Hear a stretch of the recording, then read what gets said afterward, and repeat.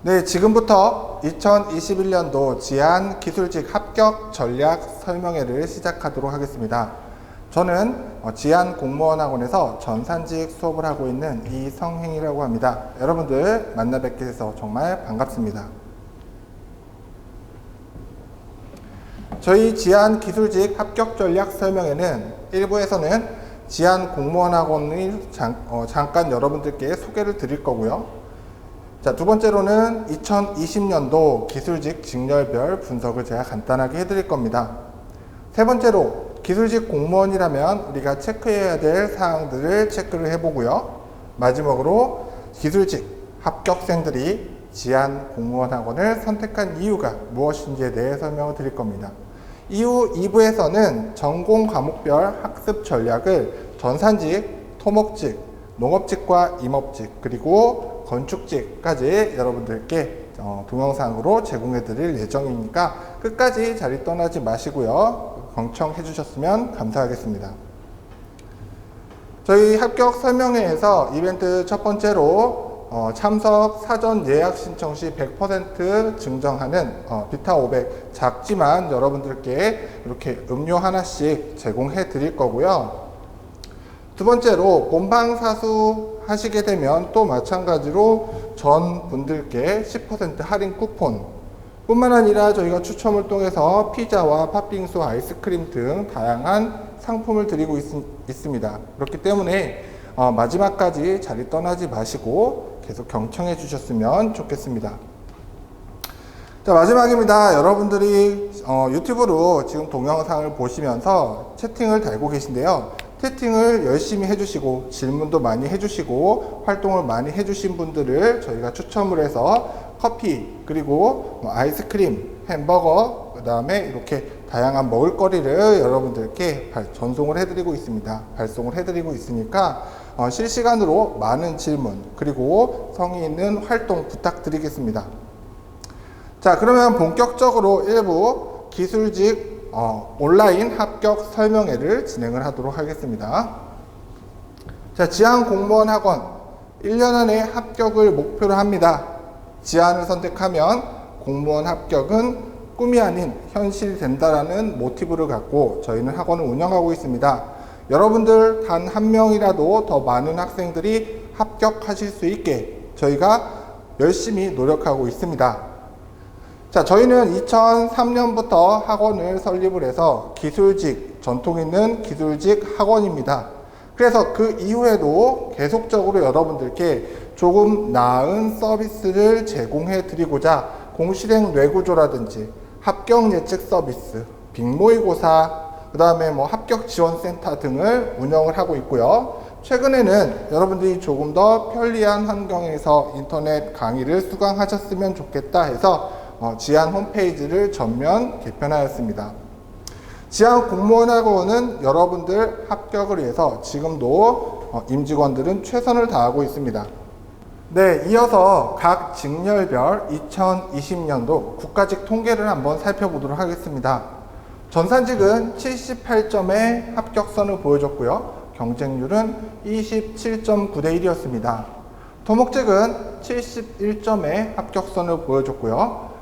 경쟁률은 39.4대 1, 농업직은 81점의 합격선 그리고 40.4대 1의 경쟁률을 보여주고 있습니다. 자, 임업직은 80점 그리고 29.0대 1의 경쟁률, 건축직은 73점의 커트라인과 36.6대 1이라는 경쟁률을 보여주고 있습니다. 자, 이런 기술직 공무원을 여러분들이 도전을 해야 되겠다라고 마음을 먹으셨으면 체크해야 될 사항 등이 있습니다. 자, 가장 먼저 첫 번째로 가산점, 즉 자격증을 통한 가산점은 합격을 위한 경쟁력입니다. 자, 자격증을 취득을 하면 3점에서 5점까지 가산점을 주는데요. 이 점수 챙기지 못하면 남들보다 좀 뒤처지게 되겠죠. 그래서 이러한 가산점은 반드시 여러분들이 체크해 두고 넘어가셔야 되는 부분이라는 걸 먼저 말씀드리고요. 자, 두 번째로 기술직을 준비하시는 수험생 여러분들께 제가 여쭤봅니다. 어떤 과목이 가장 어려우신가요? 뭐가 가장 힘드셨나요? 합격생 분들도 마찬가지예요. 합격하신 분들 중에서 어떤 과목에 가장 많이 신경을 썼나요? 라고 물어보면 단연코 1위를 차지하는 게 영어입니다. 자, 왜 그러냐라고 하면 영어는 여러분들이 굉장히 잘하시는 분들도 있겠지만 대부분의 분들이 굉장히 어려워하시고 잘 못하세요. 뿐만 아니라 공무원 영어가 쉬운 영어는 아닙니다. 그래서 여러분들이 영어에 시간을 많이 투자하시고 조금 더 효율적으로 공부를 하셔야 합격에 더 가까워질 수 있다라는 것을 말씀을 드릴 수가 있습니다. 자, 그리고 비전공자의 경우 직렬 상담은 필수로 해주셔야 합니다. 내가 전공하는 직렬에 응시를 하겠다라고 하면 나도 나름대로 그 전공에 대해서 지식이 있기 때문에 상담 받지 않으셔도 무관합니다. 하지만 내 전문 분야가 아닌 내 전공이 아닌 직렬을 시험을 준비를 하신다라고 하셨을 때는 반드시 학원 선생님이나 아니면 학원 관계자와 상담을 통하셔서 학습 플랜을, 장기적인 학습 플랜을 세워주시기 바랍니다. 그리고 조금 더 체계적으로, 효율적으로 공부하실 수 있는 방법을 배워가시기 바랍니다. 그래서 언제나 저희 소통 창구 열려 있으니까요. 두드려 주시고 오셔서 방문해서 상담 받아보시면 좋겠습니다. 단기 합격은 기술직이 유리합니다. 자, 그 이유는요. 낮은 경쟁률, 여기서 낮다라고 하는 거는 아까 보셨던 뭐 30대 1, 40대 1이 낮은 겁니까? 행정직에 비하면요, 조금 낮은 경쟁률을 보여주고 있고요. 그리고 최근에 선발 인원을 계속적으로 증가를 시키고 있습니다. 뿐만 아니라 군무원 채용 확대도 어떤 이슈로 작용을 해서 합격의 문이 굉장히 넓어졌다라는 것을 설명을 드릴 수가 있겠습니다. 자, 그렇다고 하면 많은 기술직 합격생들, 저희 학원에서는 굉장히 많은 합격생들을 배출하고 있습니다. 그 합격생들이 지안을 선택하는 이유가 뭘까요? 첫 번째로 기술직 전직렬 최다 합격생을 배출했다라고 볼 수가 있습니다. 전공 수험 판매서 그리고 지안 패스 수강률 1위라는 거 말씀을 드리고요. 두 번째로 직렬별 정말 유명하신 선생님들이 직접 참여하셔서 여러분들 스터디도 관여해 주시고 학습 멘토도 해주시고 상담도 해주십니다. 자, 저는 자주 봤습니다. 토목직에 계시는 이양민 선생님, 그리고 임업직, 농업직에 계시는 김동희 선생님께서 수업이 끝나면 학생들 이렇게 상담해 주시고 같이 얘기하고 소통하는 모습을 많이 봤거든요. 그래서 여러분들이 직접 이런 저희 지안에 와서 수업을 들으시면 이런 선생님들과 소통을 하면서 용기도 얻고 그 다음에 힘도 얻고 기운도 받아가고 이런 서비스를 저희가 제공을 하고 있다, 선생님들이 하신다라는 거를 말씀을 드리는 겁니다. 기술직 전공 면접은 다릅니다. 왜 그러냐라고 하면은 각 직렬별로 기술직 면접이 다른 이유가 뭐냐면, 자, 면접관에 들어옵니다. 그리고 면접을 보게 되면 이 기술에 관련된, 그 직렬에 관련된 질문들을 한단 말이에요. 그럼 거기에 대비가 되어 있어야 되겠죠. 여타 행정직 면접과는 조금 차이가 있다는 얘기입니다. 그래서 여러분들이 이런 기술직 면접을 전문적으로 하는 체계적인 학원에서 수업을 들으셔야 여러분들이 합격에 더 빠르고 쉽게 다가갈 수 있다라는 것을 말씀을 드리겠습니다. 단기 합격을 책임질 기술직 연간 관리반을 운영하고 있습니다. 연간 관리반이라고 하는 건요, 한마디로 얘기하면 학원에 오셔서 수업을 듣는 건데 우리 지안 공무원 학원에서 제공하는 모든 서비스를 모두 다 이용할 수 있는 어떤 패키지 상품입니다. 자, 그리고 저희 지안 공무원 학원에서 수업을 들으셨을 때 같이 여러분들 합격으로 이끌어 주실 훌륭하신 선생님들을 소개해 드리도록 하겠습니다. 첫 번째로 국어 선생님입니다. 안우선 선생님, 오선희 선생님 두 분이 국어를 담당하고 계십니다. 자, 제가 앞전에 영어 과목 중요하다고 했죠. 영어에는 세 분의 선생님이 계십니다. 조재건 선생님, 김성희 선생님, 윤광덕 선생님입니다. 자, 뿐만 아니라 한국사에는 김준호 선생님, 임찬우 선생님 두 분이 계십니다. 자, 제가 앞전에 연간관리반이라는 거를 설명을 드리면서 뭐라고 설명을 드렸죠? 여러분들께. 그렇죠? 지안에서 여러분들이 합격하실 수 있는 모든 교육 서비스를 다 제공을 받는 거다라고 말씀을 드렸죠. 그럼 여러분들 질문하십니다. 그러면 국어 선생님 선택하고 영어 선생님 선택하고 한국사 선생님 한 분 선택해서 수업을 들으면 되는 건가요? 아니에요. 그게 아니라 모든 수업을 여러분들 입맛에 맞게 다 들으실 수 있다라는 거를 말씀을 드리는 겁니다. 자, 그러면은 시간이 안 맞아서 들을 수가 없는데요. 시간표가 맞지 않아서 들을 수가 없는데요. 그렇죠. 당연히 시간표가 맞지 않겠죠. 그렇기 때문에 여러분들께 연간 관리반을 결정해서 수업을 들으시는, 수업 준비를 하시는 분들께는 온라인 강의도 전부 제공을 해드리고 있다라는 게 정말 파격적인 서비스가 아닐까 이렇게 생각을 합니다. 자, 정궁 선생님입니다.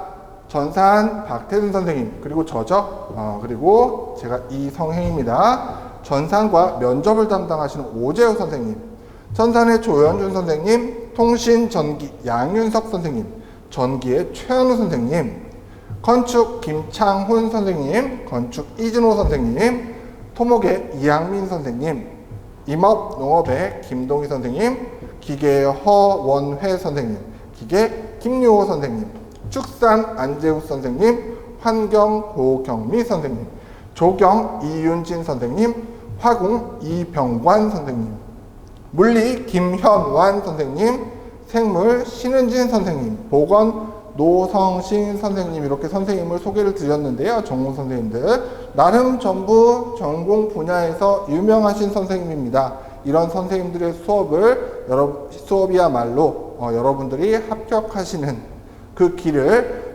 빠르고 안전하게 안내해 주실 수 있는 분들이 아닌가 그렇게 생각을 합니다. 자, 지안 공무원 연간관리반에 대해서 다시 한번 말씀을 드리겠습니다.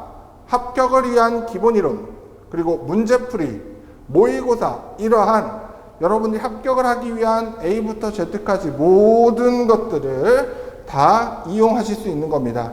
자, 2020년 7월부터 2021년 서울시 지방직 시험까지 7월이면 좀 지난 거 아닌가요? 네, 지금부터예요. 그때까지 여러분들이 시험 종료될 때까지 전부 다 제공해 드리는 거죠.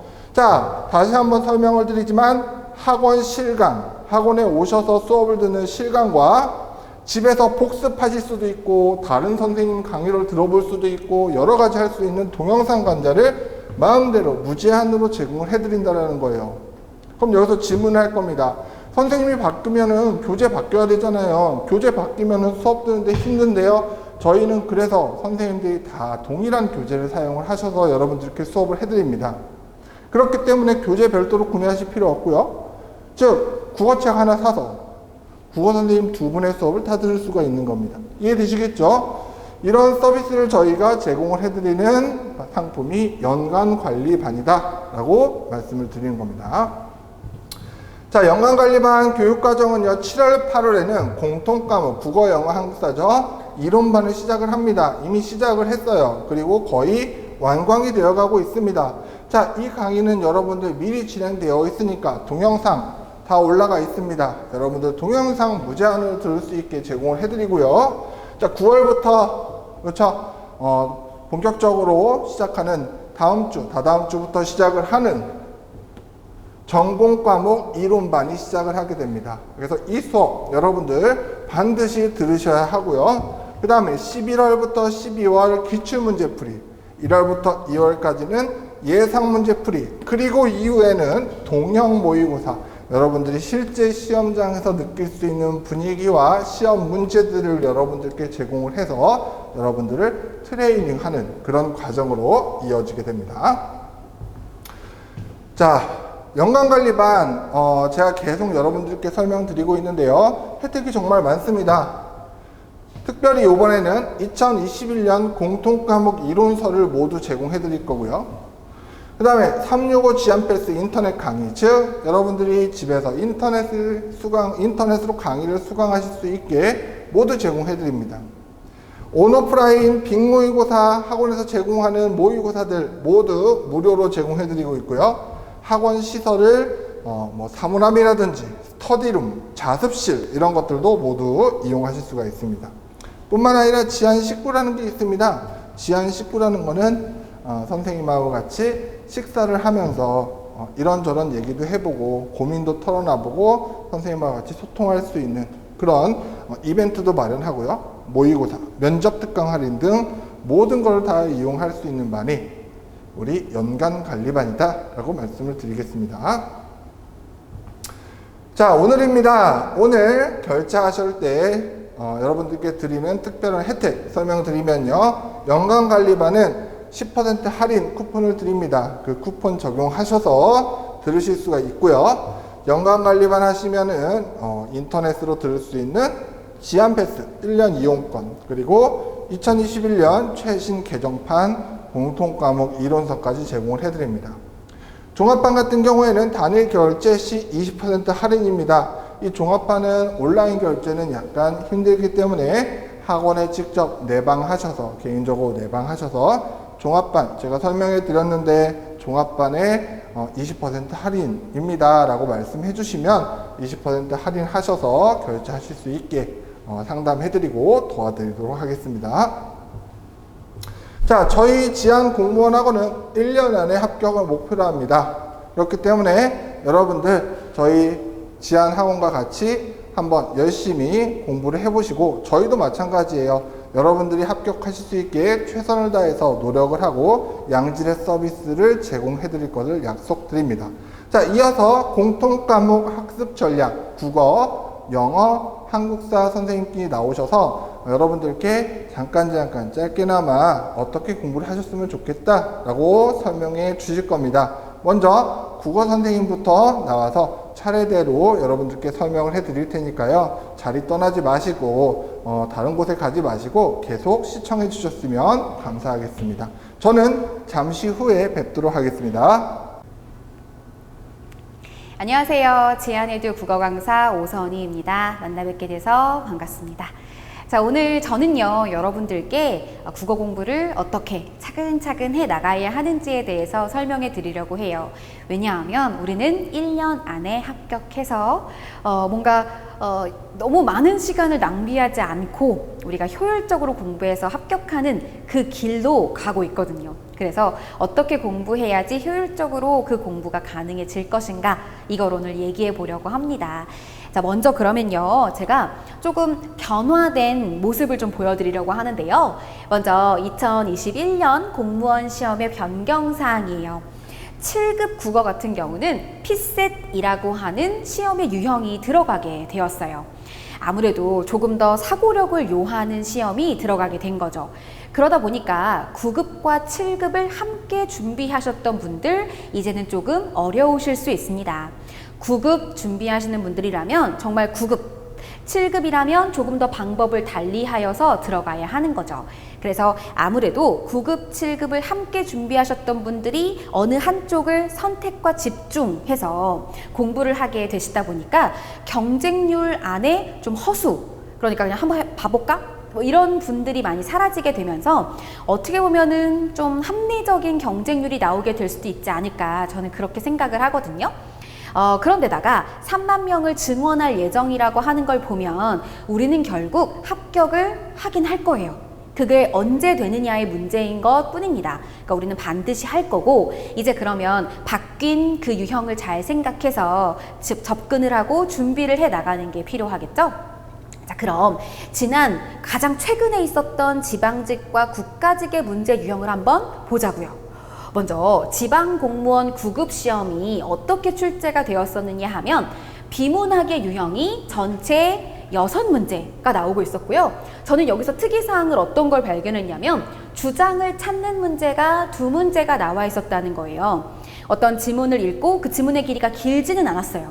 근데 그 안에서 핵심적인 내용을 찾는다는 건 거시적 관점에서 내용을 잘 볼 수 있느냐 라는 거거든요. 그러니까 세부 내용을 찾는 것도 물론 중요하지만 1차적으로 나온 내용 찾는 그런 사실적 이해의 문제를 푸는 게 아닌 전체 맥락에서 이 사람이 결국 말하고자 하는 바가 무엇인가를 찾는 거였어요. 그런 다음 문맥상 의미를 찾는 건 어휘 문제이기도 했고요. 그 다음에 비유적 표현이 나온 문제이기도 했어요. 아무튼 문맥을 통해 전체 흐름을 파악하는 조금 더 사고력이 있는 분들을 찾는 문제가 나오는 것 같다는 느낌을 받았습니다. 그래서 항상 문제를 보실 때, 지문을 읽으실 때에는 단순히 있고 없고, 지문 속에 있고 없고를 보시는 것이 아니라 이 전체 내용을 바탕으로 무슨 얘기를 하고자 하는 건지 더 나아가서 독해를 해보시기를 바라고요. 문학은 현대시, 가전체 문학, 민속극, 현대소설 이렇게 각각 한 문제씩 총 4개의 문제가 출제되었습니다. 예전만 해도요, 현대 문학 중심으로 문학의 문제가 좀 배치가 되었었는데, 이제 고전이 빠지지 않고 등장한다는 걸 알 수 있어요. 특이하게도 민속극이 별로 잘 안 나오다가 또 나왔거든요. 그런 걸 보면 고전도 역시 그냥 안 보자, 포기하자, 이럴 수는 없는 영역이라는 생각이 들었습니다. 고전도 잘 한번 봐주셔야겠고요. 어휘, 이거 중요하죠. 앞서서 7급의 형태가 피셋으로 많이 바뀌면서 7급에 있었던 한자 병기 문제, 한자에 도금을 달지 않은 상태에서 풀어야 하는 어휘 문제가 9급으로 내려왔습니다. 그래서 한자를 제대로 알아야 하는 문제가 2개나 출제가 됐어요. 사실 한 문제로 당락이 결정되는 이런 공무원 시험에서 2문제는 되게 크거든요. 절대 포기하지 않아야 하는 부분 중에 하나예요. 어휘 공부도 꼭 해두시고요. 어문 규정은 맞춤법과 띄어쓰기, 잉여 표현이라고 해서 통사론 중심으로 공부해야 하는 것도 나왔어요. 이 뒤에 국가직 문제에서도 이와 비슷한 유형을 보이고 있는데요. 예전에만 해도 맞춤법이나 표준어 규정 같은 이런 어문 규정 중심으로 많이 나왔었다면 사실 그 어문 규정의 기본이 되고 있는 의문론, 통사론, 형태론 같은 그런 개론들 있죠. 원리들. 이런 것도 빼놓지 않고 보셔야 하는 결과가 나온 거죠. 또 특이한 점이라고 할 수 있는 게요. 화법과 작문의 형태가 굉장히 많이 등장했다는 거예요. 작문의 형태는 3개의 문제나 나오는데요. 이때는 고쳐쓰기나 혹은 주제를 주고 그 주제에 맞추어서 내용을 정리할 때 올바른 표현은 이런 식으로 나오고 있어요. 글을 쓴다는 걸 목적에 두고 봤을 때 어떤 식으로 써야 하는가, 이런 문제가 나온 거죠. 화법과 작문의 형태도 이제 개념을 잘 알아두셔야 하는 거고요. 국가직 공무원 시험에서 역시 견해와 주장을 찾는 거시적 관점에서 봐야 하는 영역의 문제가 빠지지 않고 나왔다는 거 다시 한번 말씀드리고요. 또 고전 산문 한시, 고전 빼놓지 않고 나왔다는 공통적인 흐름을 확인하실 수가 있을 거예요. 또 어휘 또 나왔어요. 한자 병기.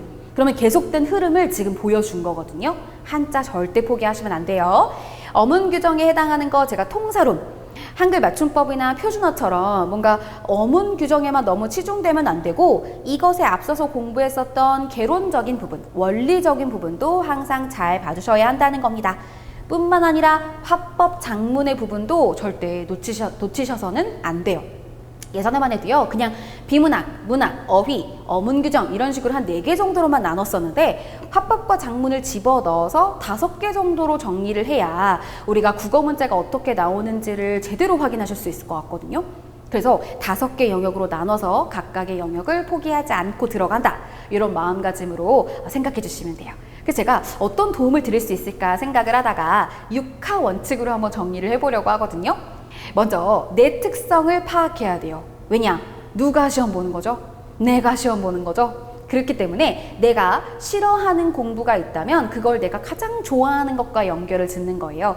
예를 들어 가장 싫어하는 암기는 내가 가장 좋아하는 빵을 먹으면서 해야지, 이런 식으로 나의 특성을 제대로 확인을 해서 누군가 하는 말에 휘둘리지 마세요.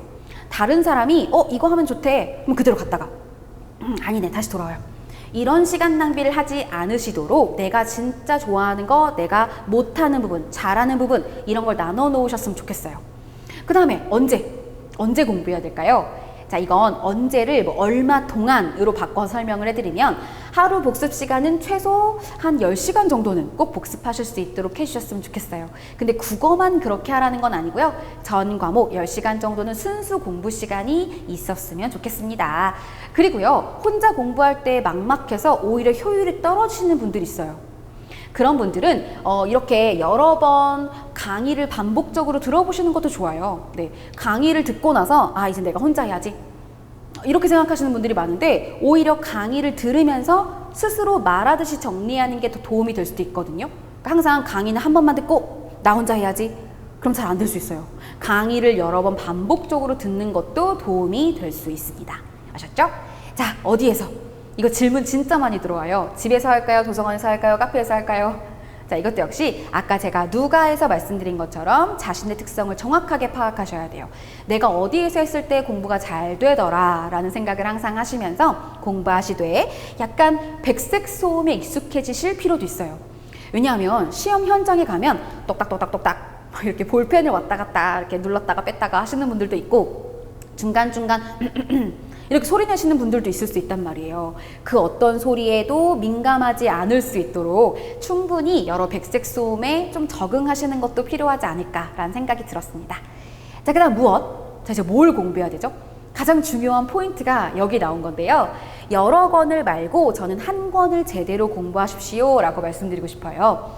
개념 강의도 개념서 하나를 완벽하게 단권화시켜서 그 내용들을 다 빼놓지 않고 요 한 권만 보면 내용 다 정리하실 수 있게 만들어 놓는 거죠. 개념, 심화, 마무리의 단계를 차근차근 밟아 나가시는 게 좋은데요. 제일 처음에 개념을 공부하고 마지막에 마무리 단계까지 가게 되면 처음에 공부했었던 너무 어려운 그 개념들이 이제는 익숙하게 받아들여지게 될 거예요. 개념 그 부분에서 포기하시는 분들 진짜 많아요. 어렵거든요. 근데 개념을 잘 견디면 마무리 부분까지 갔을 때에는 전혀 어렵지 않게 공부를 해 나가실 수가 있을 겁니다. 절대 초반부에 그 어려움을 이겨내셔야 돼요. 절대 포기하시면 안 돼요. 자, 어떻게? 공무원 국어의 4개 영역. 우리 일반적으로 얘기하는 4개 영역은 어휘, 문법, 비문학, 문학인데요. 아까 제가 5개 영역을 생각해 보세요 라고 했는데 화법과 작문은 개념 정리만 잘 돼 있으면 어느 정도 비문학에 넣을 수가 있어요. 그래서 어려움 없이 비문학에 넣어서 공부하실 수가 있어서 4개로 나눠서 말씀드린 겁니다. 어휘는 사실 사전을 끼고 살아야 돼요. 네. 어떤 분들이 이제 어휘 어떻게 하면 잘 볼 수 있어요? 없어요. 자주 매일매일 보는 수밖에 없어요. 아셨죠? 문법은 어문 규정 중심으로 보되 제가 아까 말씀드린 대로 원론적인 부분도 같이 연결지어 보셔야 합니다. 한글 맞춤법은 형태론 연결짓고요. 그리고 표준어 규정 같은 경우에도 역시 형태론, 또 표준 발음법은 의문론 이렇게 연결지어서 보시는 거죠. 문학은 적절하지 않은 선지로 자주 나오는 내용들을 미리 숙지해 두시는 게 좋은데요. 예를 들어 소설 같은 경우는 서술자를 여러 번 교체한다. 서술자가 변화되었다라는 선지가 자주 등장하는데 대부분 적절하지 않은 경우일 가능성이 커요. 왜냐하면 서술자를 빈번하게 교체한다는 것 자체가 사실 굉장히 뭐라고 할까요? 복잡한 문학이 되거든요. 복잡한 내용들을 굳이 그렇게 문제에 낼 가능성이 적기 때문에 사실 적절하지 않은 선지로 나오는 경우가 많아요. 이런 것들도 미리 챙겨두시면 나중에 출제자의 의도를 간파할 수 있게 되는 거죠.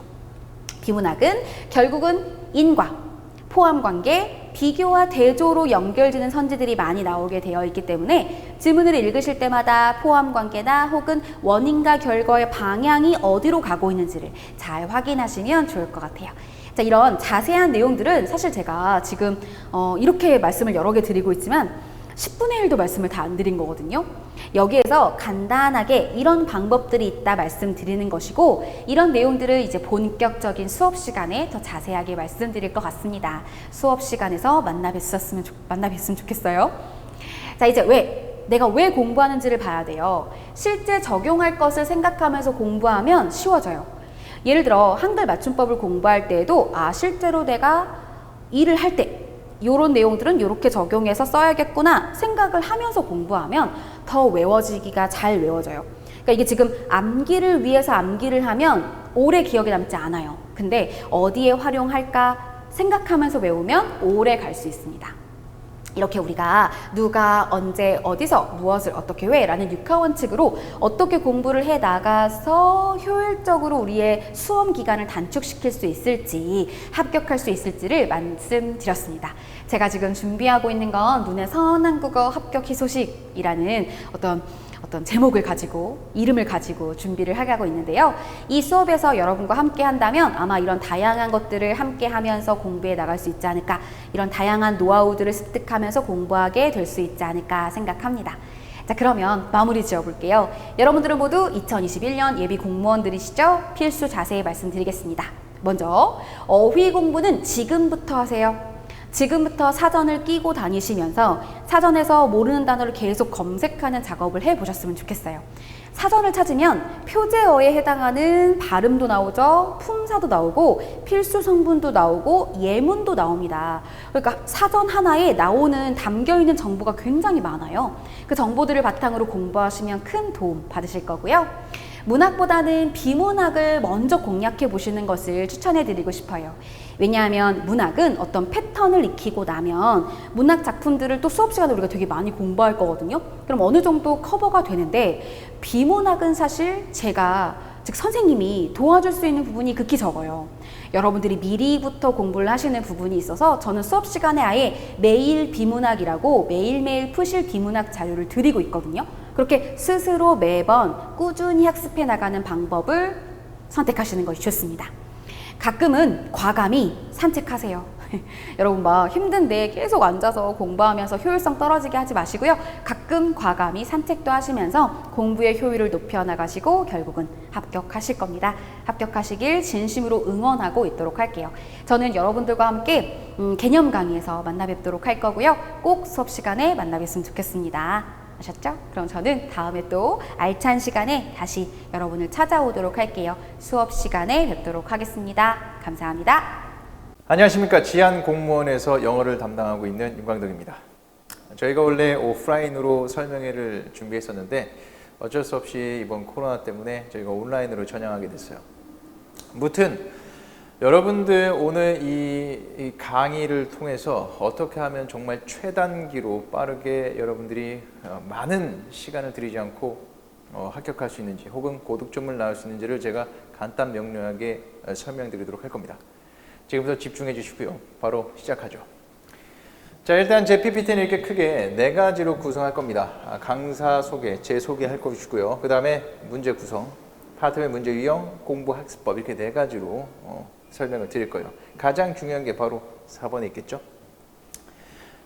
일단 여러분들이 인생을 걸고 공부하는 시험인데 인생을 걸고 공부하는 시험 누군지는 알고, 그죠? 수업을 듣는 사람이 누군지는 알고, 그죠? 수업을 들어야 되겠지. 그래서 간단하게 제 소개를 드리면 저는 지금 지안공무원에서 영어를 가르치고 있고요. 같이 해커스 편입해서 영어과를 같이 겸임하고 있습니다. 그래서 이전에는 뭐 수능이라든가 혹은 어학원이라든가 다양한 경험을 갖고 있어요. 제가 하고 싶은 말씀은 제 자랑하려고 이런 걸 써놓은 게 아니라 적어도 여러분들에게 신임을 좀 드리고자 함입니다. 영어 시험에 있어서 우리나라에서 보는 모든 영어 시험에 있어서 뭐 수능이 됐든 그죠? 공무원이 됐든 편입이 됐든 다 경험이 있고 지금도 계속 강의를 하고 있는 사람으로서 정말 시험에 맞는 영어를 가르쳐 드린다라는 걸 생각하시면 되겠습니다. 딱 정확하게 다른 거 필요 없습니다. 딱 시험에 나오는 것들만 집중해서 설명드릴 것이다 라고 생각하시면 되겠어요. 자, 이제 공무원 영어 문제 구성입니다. 공무원 문제 구성 총 20문제죠. 20문제 100점 만점. 이렇게 생각하시면 되겠어요. 4-2-40, 4-2-40, 4-2-40. 어휘 표현 생활영어 문법이 10문제, 독해가 10문제, 50대 50 이렇게 되는 겁니다. 어휘 표현이 4문제, 생활영어 2문제, 문법이 4문제예요. 근데 이건 절대적인 수치는 아니에요. 지금 괄호친 부분이 최근에 지방직에서 나왔던 시험 문제 개수입니다. 어휘 표현이 5문제였고 독해가 1문제가 줄여서 출제됐어요. 일반적으로 4-2-40이라고 생각하시고 4-2-40 그리고 얘네들은 절대적인 수치는 아니다. 약간은 변동될 수 있다 라고 생각하시면 되겠습니다. 됐죠? 네, 한 문제당 5점인 건 다 똑같고요. 4-2-40이 일반적이다 생각하시면 되겠어요. 어휘 표현 생활영어 문법이 50%, 독해가 50%입니다. 자, 파트별 문제 유형입니다. 어휘는 밑줄 유형, 즉 동의어 찾기. 이거 뭐 해석하는 문제 아닙니다. 그죠? 그냥 이 단어 알고 있냐? 바로 찍고 넘어가면 되는 거예요. 다음 빈칸 문제 유형, 약간의 해석이 필요하죠. 빈칸 문제 유형, 해석상 들어갈 말을 찾는 겁니다. 다음 생활영어입니다. 생활영어. 생활영어는 일반적으로 맥락형이랑 표현형이 있는데 맥락형은 뭐냐면 해석만 그냥 해석만 해도 충분히 풀 수 있는 문제들입니다. 해석만 해도. 표현형은 일부러 생활 영어의 이디엄을 집어넣는 거예요. 생활 영어의 이디엄. 그래서 이디엄을 알면 풀 수 있도록. 이번에 지방직 시험은 너무너무 쉽게 나와서 이걸 표현형이라고 말하기도 좀 되게 어색할 정도로 그만큼 너무 쉬운 그런 문제들이 나왔어요. 자, 아무튼 생활 영어는 이디엄을 좀 알고 있어야지 풀 수 있는 문제. 생활 영어 혹은 그냥 해석만 해도 충분히 맥락만 알아도 풀 수 있는 문제. 이렇게 크게 두 가지다. 어느 정도의 해석은 들어가는데 결코 어려운 문제 아닙니다. 어휘와 생활 영어는 솔직히 말하면 거의 맞고 들어가야 할 문제예요. 다음, 이제 문법입니다. 여러분들이 가장 힘들어하는 부분이죠. 문법 문제. 딱 이거 기출 문제들 넣어놓은 겁니다. 문법 문제도 밑줄 유형과 빈칸 유형이 있습니다. 당연히 빈칸 유형이 더 쉽고요. 밑줄 유형이 좀 더 어렵죠. 봐야 할 게 많으니까. 이제 문법입니다. 문법은 제 전공 분야인데 일단 먼저 말씀드릴게요. 문법은 절대 혼자 하는 파트가 아닙니다. 솔직히 어휘랑 독해 같은 경우는 어느 정도의 기본이 돼 있으면 여러분들 혼자 할 수 있어요.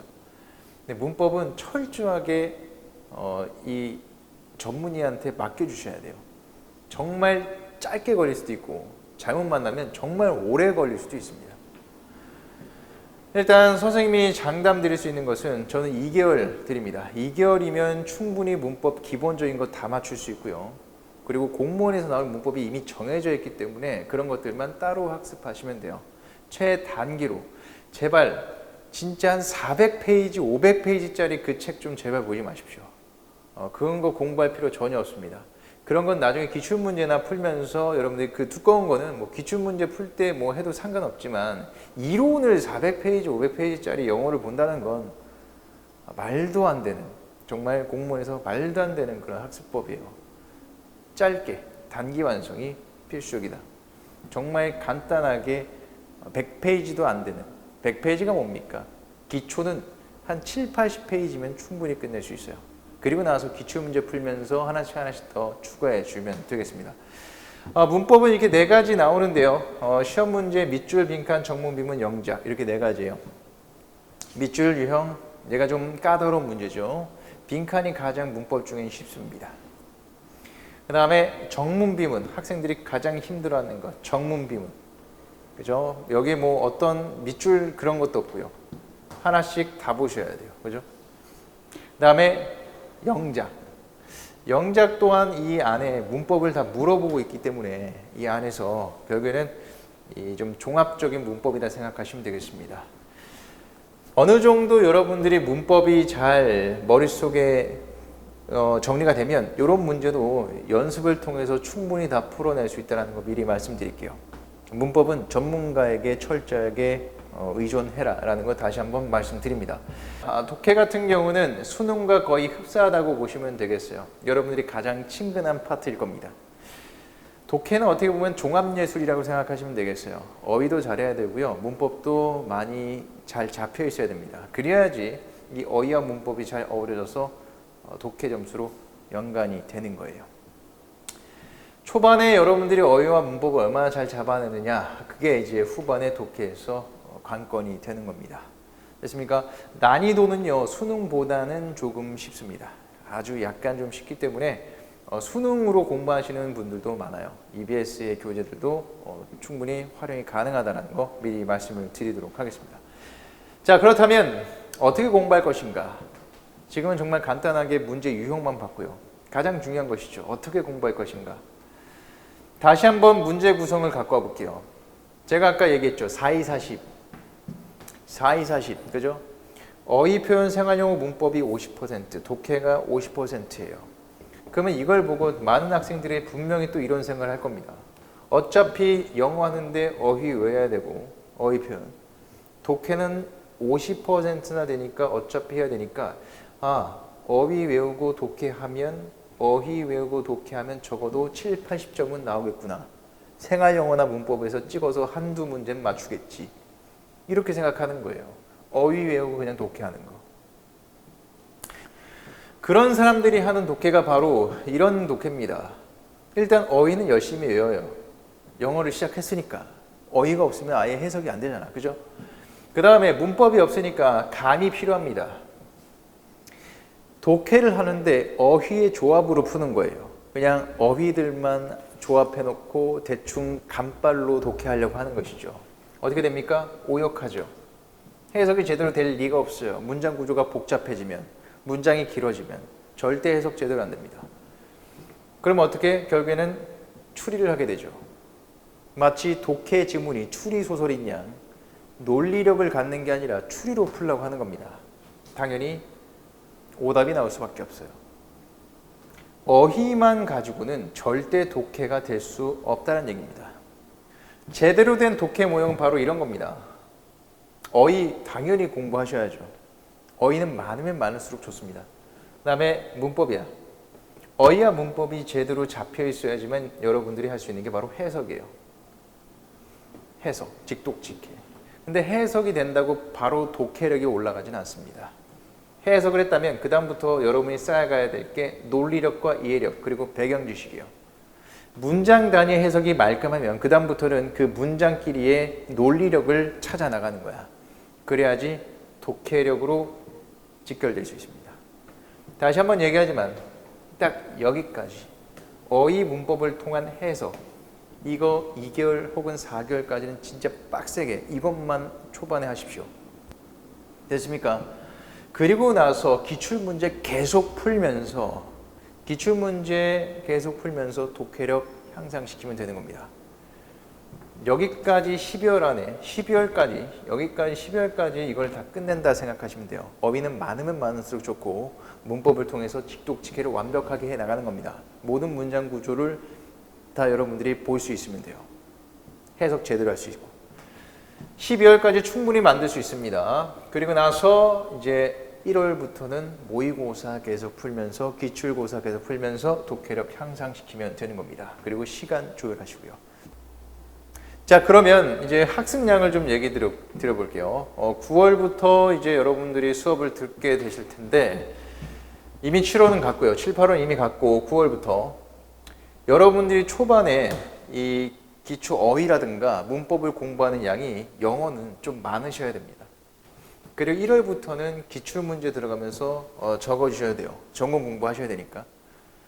9월부터 12월까지 여러분들이 잡아넣어야 할, 다시 한번 강조드리는데 문법 그리고 어휘 그것에 좀 더 치중하십시오.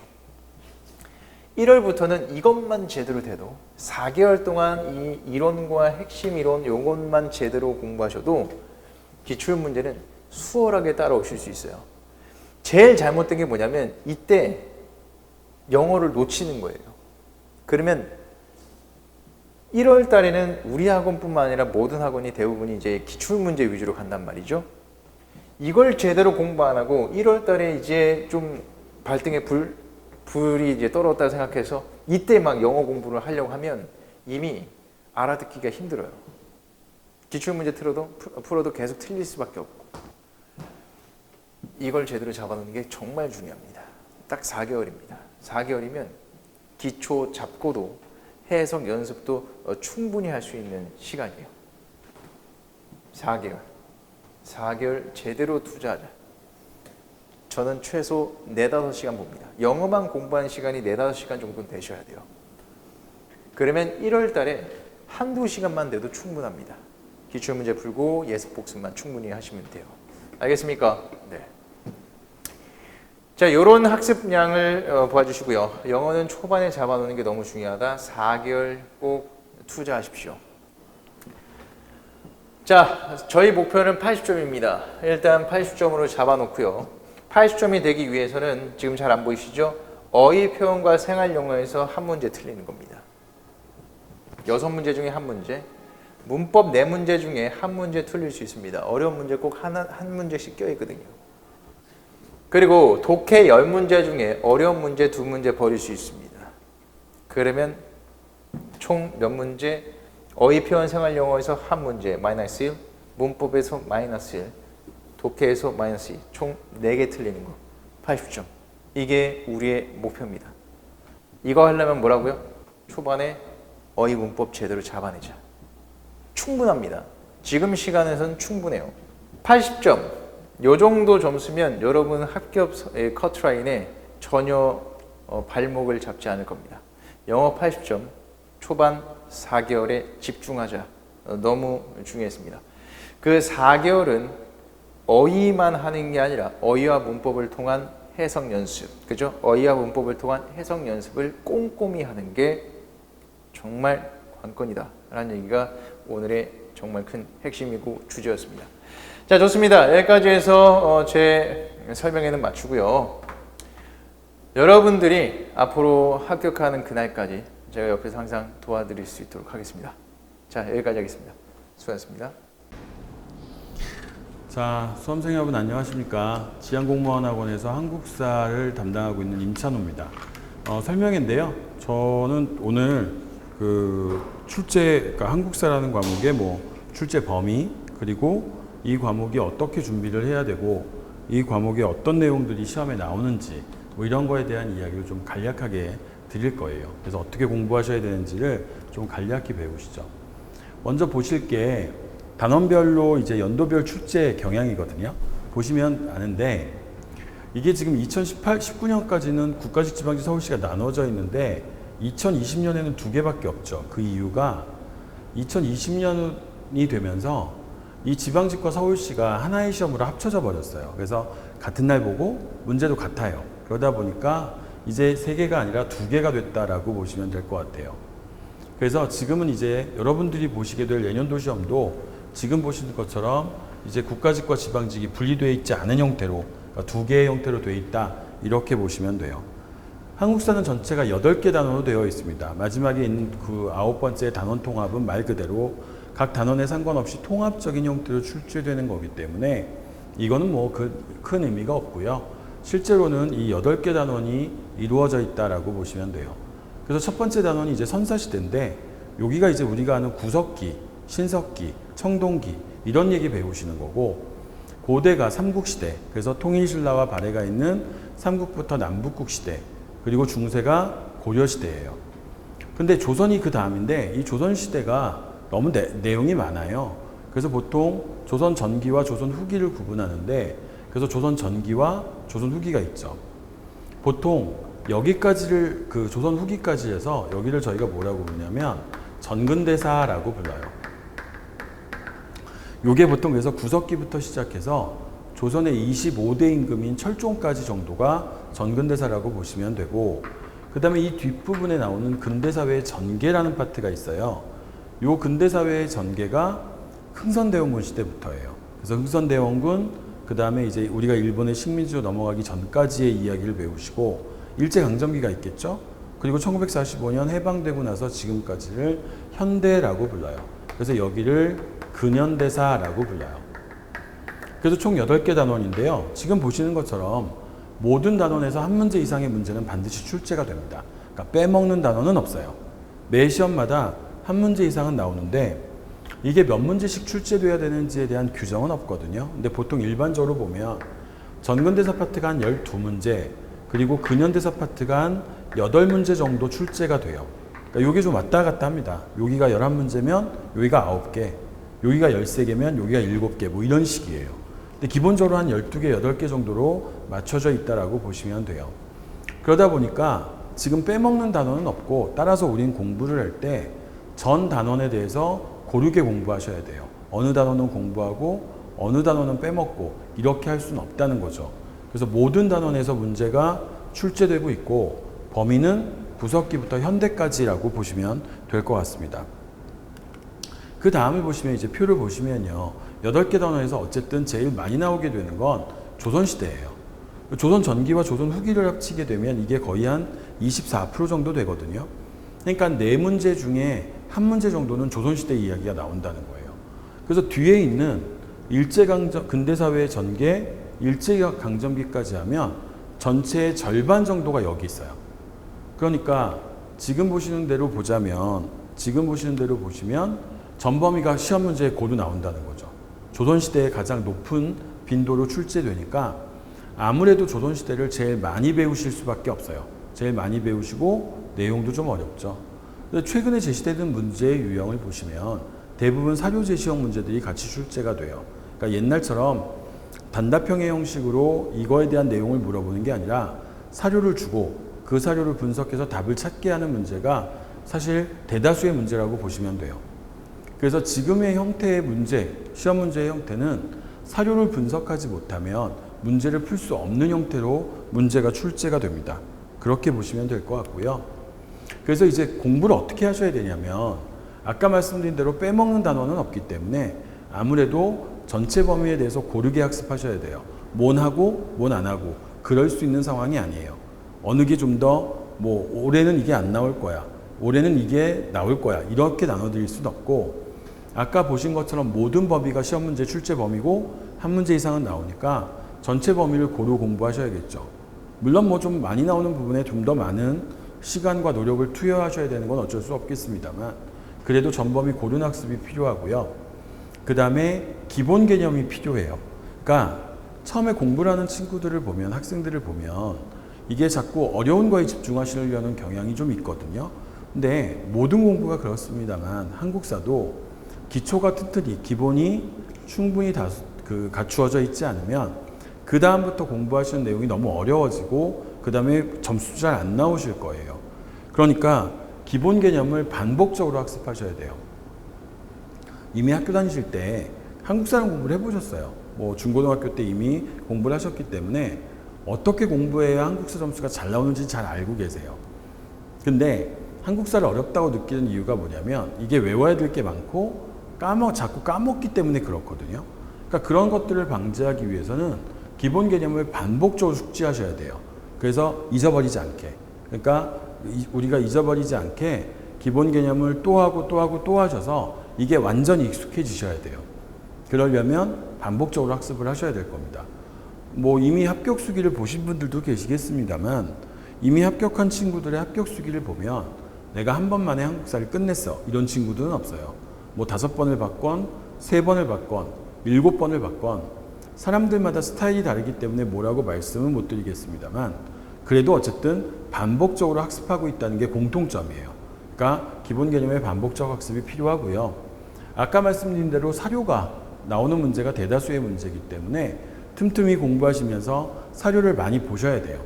근데 이건 뭐 특별히 사료집을 갖다 놓고 공부하시는 것보다는 문제를 많이 푸시다 보면 자연스럽게 접하게 되시는 사료가 있고 한국사에서 출제되는 사료들은 거의 비슷한 문제들이 출제가 돼요. 그러니까 기출문제라든지 또는 다른 여타의 문제들을 풀어보시면 자연스럽게 익숙해지실 거예요.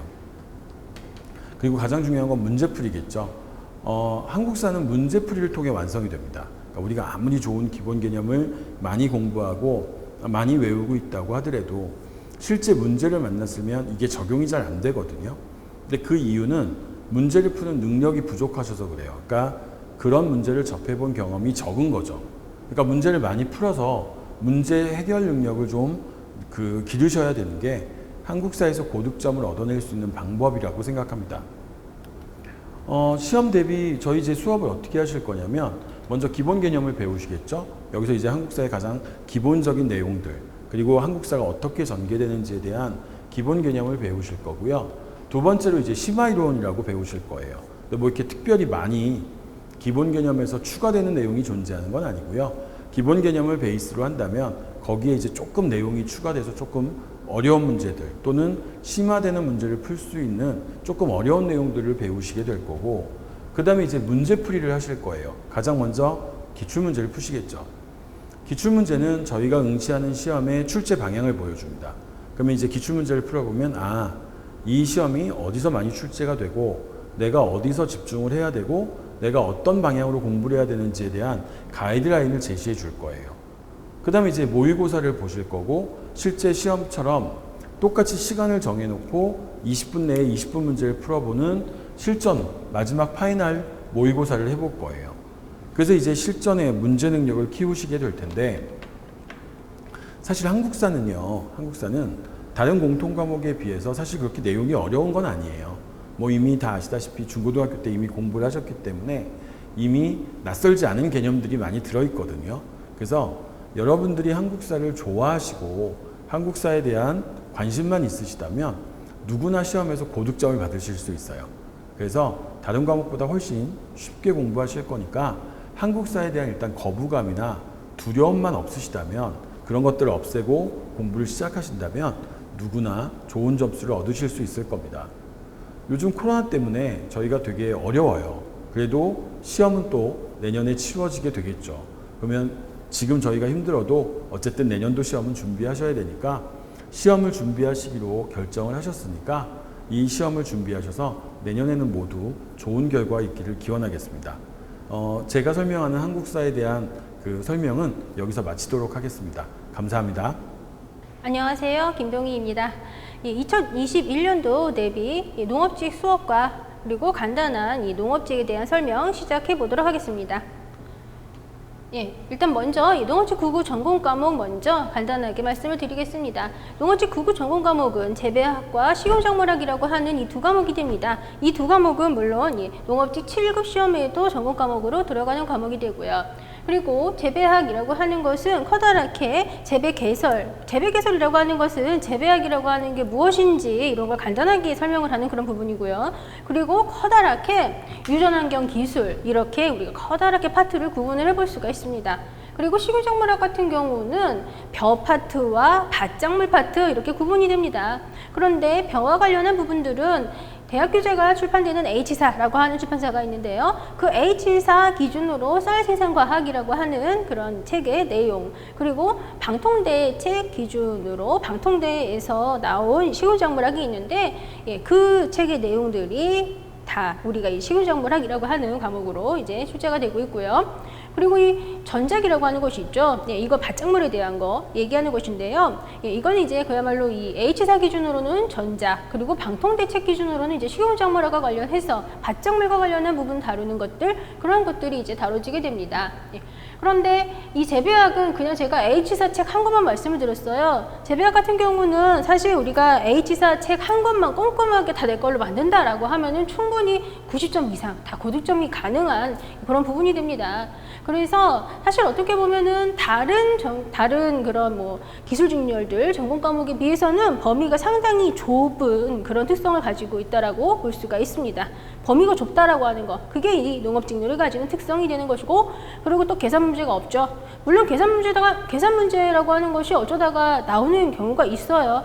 계산 문제가 나오긴 하지만 많이 나와봤자 뭐 한두 문제 정도 이렇게 출제가 되고 있습니다. 그런데 그 계산 문제도 뭐 미적분 막 이런 거 나오는 거 아니고요. 더하기, 빼기, 곱하기, 나누기 이러한 것들만 할 수 있으면 충분히 다 답을 찾을 수 있는 그런 수준의 계산 문제가 출제가 되고 있습니다. 그래서 사실 비전공자분들께서 기술 직렬로 전환을 하신다거나 하실 때 가장 제일 좀 쉽게 오실 수 있는 그런 부분으로 두 직렬이 언급이 되고 있는데, 그 두 직렬이 농업직, 임업직, 그 두 직렬이죠. 그래서 이 농업직이라고 하는 것이 사실 문과 출신 분들, 그런 분들이 공부하시기에 그나마 제일 좀 적합한 그런 전공 과목이다라고 좀 생각을 해볼 수가 있습니다.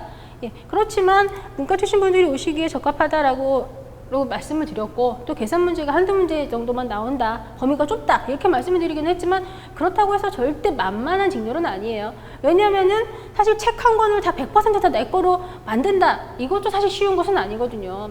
거기에다가 우리 이 농업직 같은 경우는 그래도 이제 비전공자분들이 좀 많이 이제 들어오신 특성이 있기 때문에, 좀 그래서 어떻게 보면은 다른 기술 직렬들에 비해서는 조금 경쟁률이 조금 세다, 이렇게도 좀 볼 수가 있기도 합니다. 그리고 이제 두 번째로 말씀드릴 부분은 이제 2020년도 기준으로 재배학 출제 경향을 한번 말씀드려보겠습니다.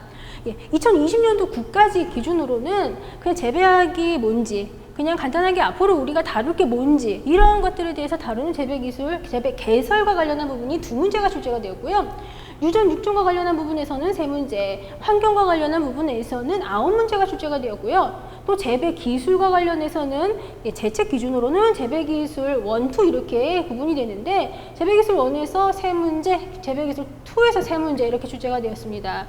그래서 환경 파트에서 이렇게 9문제씩이나 출제가 되었고, 또 재배기술 파트도 2개를 다 합해 본다면, 1, 2로 구분을 했지만 2개를 다 합해 본다면 6문제나 출제가 되었습니다. 그리고 이제 지방직하고 서울시가 이제 2020년도 같은 날 이제 시험이 이제 봤죠. 그래서 지방직, 서울시 이거 같은 문제였는데요. 예, 이거 보시면은 재배 개설 앞으로 우리가 뭐 다룰지 이런 것들을 이제 말하는 부분은 한 문제 출제되었고, 유전 6종과 관련한 부분이 6문제 출제가 되었습니다. 그리고 재배 기술 1이 3문제, 재배 기술 2가 6문제 이렇게 출제가 되었습니다. 그래서 지금 여기 이제 보시면 재배 기술 1, 2를 합하면 총 9문제예요. 국가직 같은 경우 재배 기술 1, 2를 합하면 총 6문제가 출제가 되고 있어요. 그래서 사실 이 재배 기술 부분이 원래 옛날에는 몇 년 전만 해도 많이 출제가 되지 않았었던 부분이었어요. 몇 년 전만 해도 주로 집중적으로 출제가 되는 부분들은 유전 6종과 환경 이 부분이 집중적으로 출제가 되었었는데, 점점 출제하는 사람들도 너무 계속해서 기출된 부분만 출제를 하면 솔직히 누가 틀리겠어요. 계속 기출된 부분만 출제하면은 계속 고득점자가 너무 많이 나오겠죠. 그러다 보니까 조금 문제를 좀 지역적으로 아주 꼼꼼하고 세세하고 설마 여기에서 내겠어 싶은 그런 부분에서 문제를 출제하려고 상당히 노력을 많이 하고 있어요. 그런데 그렇게 지역적인 부분, 이거는 사람들이 열심히 공부 안 하는 것 같아, 이거 틀리게 할 수 있을 것 같아, 이런 것들은 주로 재배 기술 1, 2 부분에서 문제를 좀 출제하는 입장에서는 좀 문제 내기가 훨씬 더 쉽거든요. 그래서 재배 기술과 관련된 부분들, 이 부분의 중요도가 예전에 비해서 상당히 높아지고 있는 그런 특성을 가지고 있습니다. 그리고 꼼꼼하게 지역적인 부분들까지도 많이 꼼꼼하게 공부를 하셔야 재배학이 이제 정말 고득점이 가능하게 점점 바뀌고 있어요. 물론 이해는 기본인 거고요. 그리고 이제 식윤정물학 2020년도 기준으로 이제 출제 경향 한번 말씀드려 보겠습니다. 국가직 기준으로 보시면 쌀과 벼, 그리고 벼의 재배, 쌀의 품질과 이용, 이게 전부 다 벼와 관련한 부분인데요. 이 벼와 관련한 것이 국가직에서 총 7문제가 출제가 되었습니다. 그리고 나머지가 이제 다 한 13문제가 나머지 부분에서 출제가 되었는데요. 총 20문제 중에서 7문제가 벼와 관련된 부분에서 출제가 되었다라고 하는 것은 굉장히 벼가 중요한 그런 위치를 차지하고 있다라고 하는 걸 우리가 이제 볼 수가 있는 것이고요. 그리고 여기 기타 2문제라고 써놨죠. 여기에서 말하고 있는 기타라고 하는 것은 뭐냐 하면은 주로 재배학 내용이에요. 그래서 사실 이 식윤작물학이라고 하는 과목도 재배학 공부를 열심히 하고 있으면은 식윤작물학에서 답을 찾을 수 있는 그런 문제들이 국가직에서는 2문제가 출제가 되었고, 그리고 지방직 기준으로 한번 보시면 지방직에서는 기타 3문제라고 써놨죠. 이게 재배학 내용이 3문제가 출제가 된 겁니다. 그래서 재배학 공부를 열심히 하셔야 식용작물학에서도 우리가 고득점을 할 수가 있습니다. 그리고 여기 이 식용작물학 같은 경우 지방직, 서울시 같은 경우는 20문제 중에서 총 6문제가 벼와 관련된 부분에서 출제가 되었고, 밭작물의 종류와 특성과 관련한 총체적인 부분 2문제, 그리고 다 각각 얘들 골고루 이렇게 출제가 되었습니다. 그래서 여기서 보시는 것처럼 벼와 관련된 게 6문제, 7문제, 벼가 제일 중요하고, 그리고 재배학의 내용을 무시할 수 없다라는 거, 이게 굉장히 좀 특징적인 그런 사항이 됩니다. 그리고 한 가지 또 특징을 한번 말씀드려보자면 재배학부터 한번 말씀드려볼게요. 지금 제가 올해에는 이런 부분을 제가 책을 분권을 했습니다. 아무래도 우리 이 책이 단원별로 그냥 이론만 쭉 나열을 해놨으면은 책이 뭐 그렇게 크게 많이 두껍지는 않겠지만, 이론도 있고 단원별로 기출문제도 붙어 있어요. 물론 기출편이라고 해서 제가 항상 따로 붙여서 이제 드리는 거가 있긴 한데, 그런데 단원별로 문제들이 좀 붙어 있기 때문에 책이 두꺼워서 공부하시는데 좀 불편함이 있으셨거든요. 그래서 올해에는 제가 재배학 같은 경우는 재배개설, 유전 6종, 환경까지를 이론편 1 이렇게 했고요. 그리고 재배기술 1, 2를 이론편 2 이렇게 책을 분권을 했습니다. 그리고 또 우리 이론서 기준으로 오른쪽에 이제 기출문제를 제가 중요한 내용을 이제 붙여놓은 게 있어요. 그래서 이론을 보고서 기출문제를 바로 확인을 해서 이 내용이 이렇게 출제가 되는구나를 확인하실 수 있게 항상 그렇게 매년 그 책을 내고 있는데요. 올해에는 좀 기출된 지문들, 그리고 좀 굉장히 중요한 핵심적인 지문들, 그러한 것들을 제가 다 컬러 표시를 해서 강조를 했습니다. 그래서 컬러 표시한 것들은 이거는 다 출제가 되는 중요한 것들이구나, 이렇게 처음 공부하시는 분들도 좀 알아보실 수 있게 좀 그렇게 좀 구성을 했습니다. 그리고 이번에 이제 식윤작물학 같은 경우는 이론편 1은 벼와 관련된 부분들은 이론편 1, 그리고 밭작물과 관련된 부분들은 이론편 2 이렇게 분권했습니다. 그리고 이것도 물론 중요한 내용들, 핵심적인 포인트들은 다 컬러 강조, 전부 다 했고요.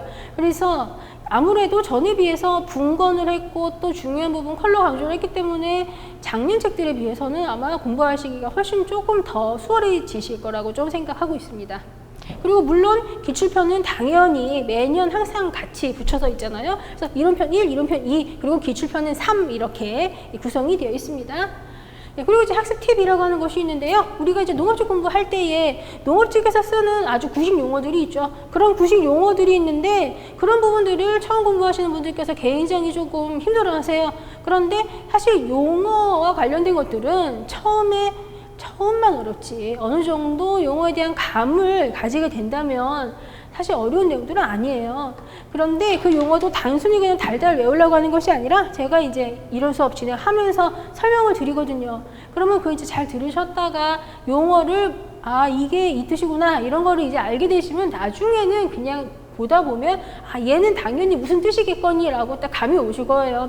그런데 처음에 용어 때문에 공부 못하겠다 이런 분들 많으세요. 농업직 같은 경우. 그런데 용어 때문에 너무 두려워하실 필요 없으시고 어떤 직렬이든지 간에 어떤 전공 과목이든지 간에 다 그 부분에서 쓰는 그 분야에서 쓰는 전문 용어는 어디든지 다 있어요. 그렇기 때문에 그거는 당연한 거라고 생각을 하시고 아 당연한 건데 이거 내 걸로 충분히 만들 수 있다. 남들도 다 아는데 나 못할 거 없다. 이렇게 생각하셔야 되는 부분입니다.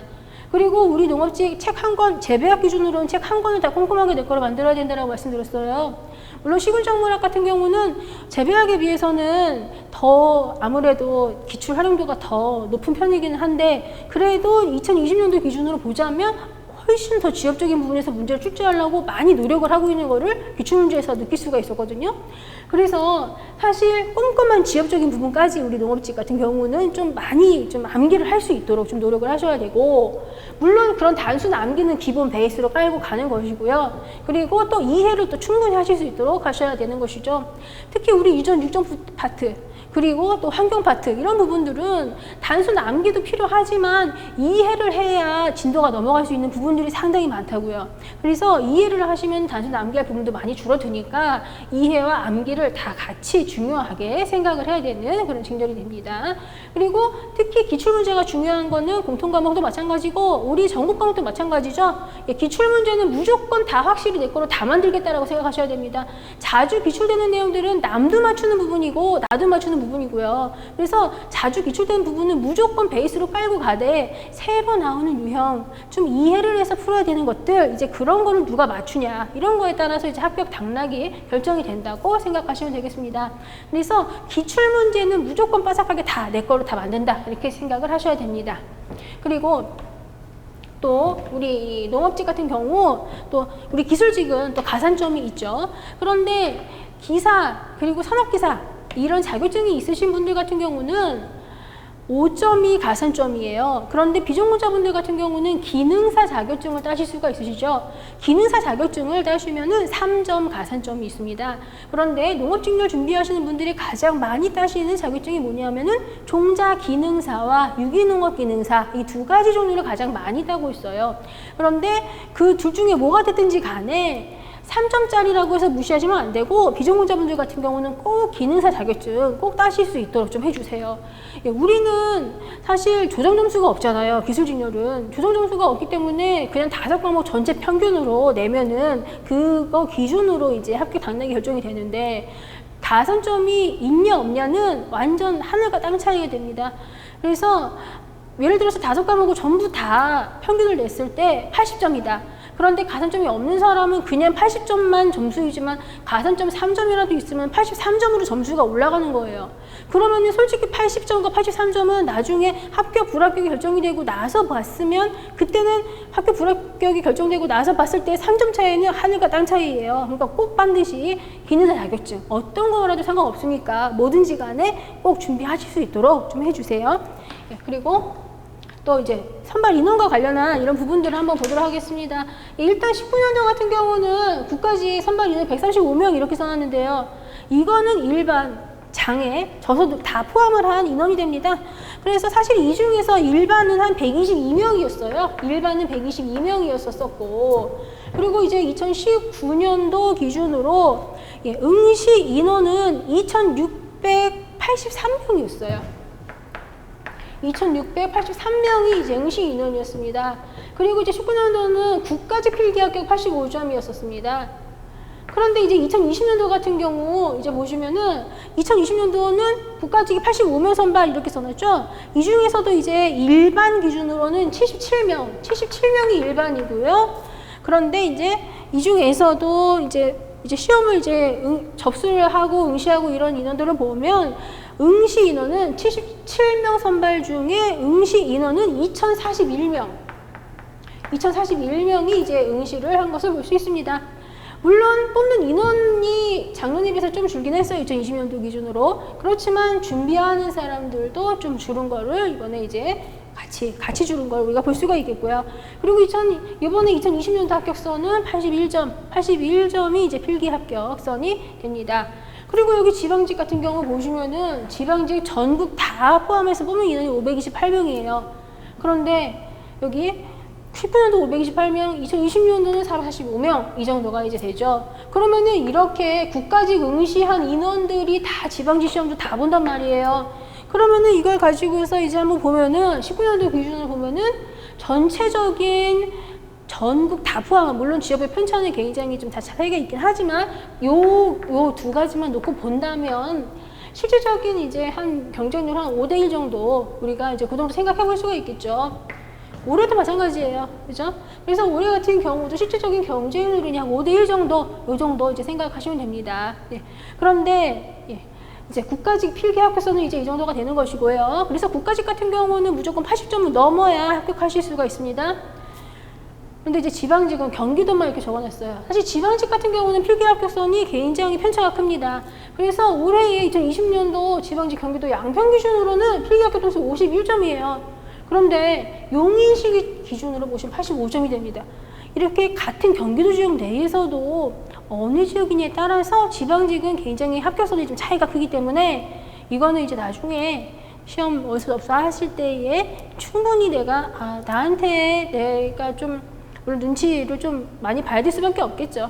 내가 어느 지역을 쓰는 게 훨씬 더 유리할 것이냐 이런 것들 충분히 좀 고민을 해봐야 될 그런 부분이 됩니다. 그런데 이렇게 높은 지역은 80점 이상, 낮은 지역은 50점대 이런 것들도 이제 볼 수가 있습니다. 이렇게 차이가 큰 거는 경기도뿐만이 아니라 뭐 충청도, 뭐 강원도, 전라도 다 마찬가지가 됩니다. 그리고 이제 다음으로 이제 농업직 연관 강의 계획을 이제 말씀을 드려보겠습니다. 이제 9월 초에 제가 이제 이론 수업을 개강을 하게 됐는데요. 그래서 이 9월 초에 재배학과 식물작물학 이론이 2달 과정으로 이제 진행이 됩니다. 올해는 코로나 사태 때문에 주로 이제 동강 위주로 이제 수업이 좀 진행이 될 것이고요. 그래서 2달 과정으로 이렇게 재배학 식물작물학 이론 진행이 되고, 그리고 이제 원래는 1월 달에 재배학 식물작물학 단원별 문제풀이라고 해서 기출문제와 단원별 연습문제를 같이 다루는 그런 이제 과정이 1월과 2월, 이제 1월 첫 주에 항상 개강을 했었습니다. 그런데 올해는 제가 생각을 했을 때 이렇게 하지 않고 조금 더 좀 땡겨서 조금 더 일찍 준비하실 수 있도록 이렇게 기본 이론 수업 끝나고 한 주 정도, 한 주나 한 2주 정도 있다가 단원별 문제풀이를, 단원별 기출문제와 단원별 연습문제를 같이 다루는 거를 이론 끝나고 한두 주쯤 있다가 바로 좀 시작을 할 계획이 됩니다. 그래서 실질적으로는 이게 앞으로 훨씬 이제 땡겨지게 되겠죠. 그래서 이거 같은 경우도 한 2달 과정으로 진행이 됩니다. 2달 과정으로 이게 진행이 되고, 그런데 이제 좀 사실 다뤄야 되는 내용이 많기 때문에 아마 2달에서 한 8주에서 한 10주 정도, 이 정도 이제 생각을 하셔야 될 것 같습니다. 그리고 이제 이론 같은 경우도 이제 2달 과정인데요. 이것도 이제 좀 진행되는 거에 따라서 8주에서 10주 정도 이렇게 생각해 주시면 되겠고요. 그리고 이렇게 단원별 문제풀이, 기출문제, 연습문제 이게 이제 진행이 되고 나면 그러면 바로 국가직대회 모의고사가 진행이 되고, 국가직대회 모의고사 끝나고 국가직 시험이 실시가 되고 난 후에는 이제 지방직대회 모의고사로 바로 넘어가게 됩니다. 그러면 이제 2021년도 대비 모든 이제 수업이 완료가 되는 것이고요. 그리고 이제 또 다음으로 이제 말씀을 드릴 부분은 여기 지안 패스라고 하는 것이 있습니다. 지안 패스라고 하는 것은 뭐 1년치를 그냥 다 보시는 거라고 생각하시면 되겠죠. 그래서 저희 학원 기준으로는 전공 과목과 공통 과목을 다 같이 보실 수 있는 지원 패스도 있고 전공만 보실 수 있는 전공 패스도 있습니다. 그런데 이제 올해에는 9월 11일에 농업직 전공 지원 패스는 9월 11일에 오픈이 되고요. 전공 지원 패스 같은 경우는 재배학과 식용작물학이라고 하는 이 두 과목을 전부 다 1년 동안 보실 수 있는 그런 과정이면서 이론, 단어별 문제풀이, 국가직 모의고사, 지방직 모의고사를 전부 다 보실 수 있는 그런 상품이 됩니다. 그래서 이게 이제 올해에는 9월 11일 날 이제 오픈이 되고, 그리고 또 전공 면접 특강이라고 하는 거가 있는데요. 이거 같은 경우는 이제 내년에 코로나가 조금 진정이 된다면 시험이 끝나고 나서 우리 이 농업직 준비하시는 분들을 위해서 전공 면접 특강을 제가 좀 진행을 할 계획입니다. 이제 물론 이제 그때 가서 이제 상황이 어떻게 되냐, 코로나가 어떻게 되냐에 따라서 조금 이제 변경 사항은 있겠지만 크게 무리가 없는 상황이라고 한다면 좀 그런 걸 진행을 해볼 계획이 됩니다. 그리고 이제 항상 제가 제 수업을 들으시고 필기 합격하신 분들이 저한테 필기 합격했다라고 이제 말씀을 주시면 제가 항상 면접 자료를 보내드립니다. 그래서 그런 면접 자료 같은 것들은 이제 학원 사이트에서 저한테 이제 요청을 해 주셔도 되는 부분이 됩니다.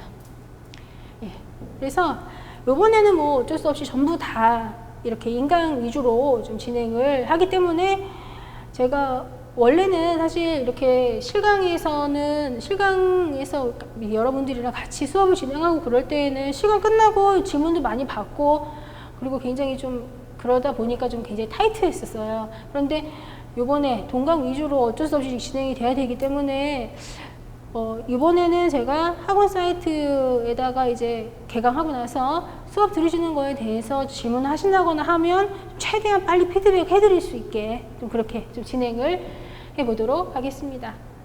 이렇게 해서 이제 농업직에 대한 간단한 이제 설명을 이제 들어봤는데요. 이 농업직이라고 하는 직렬을 선택을 하셨다면은 무조건 빨리 공부 시작하시는 걸 추천드리고요. 공통 과목이든 전공 과목이든 뭐든지 빨리 지금 당장 시작하시는 걸 추천드리겠습니다. 항상 우리가 실제 시험장에 앉아서 시험 볼 때가 되면은 내가 시간이 일주일만 더 있었으면 좋았겠다 이런 생각 누구든지 한단 말이에요. 나중에 가서 그런 생각 안 하고 후회 안 하려고 한다면 지금 당장 바로 시작하시는 거를 좀 추천을 드리겠고요. 공통 과목 먼저 시작하셔도 괜찮고 난 전공 과목이 너무 급해 그럼 전공 과목 먼저 시작하셔도 괜찮고요. 뭐든지 괜찮으니까 지금 당장 시작하시고요.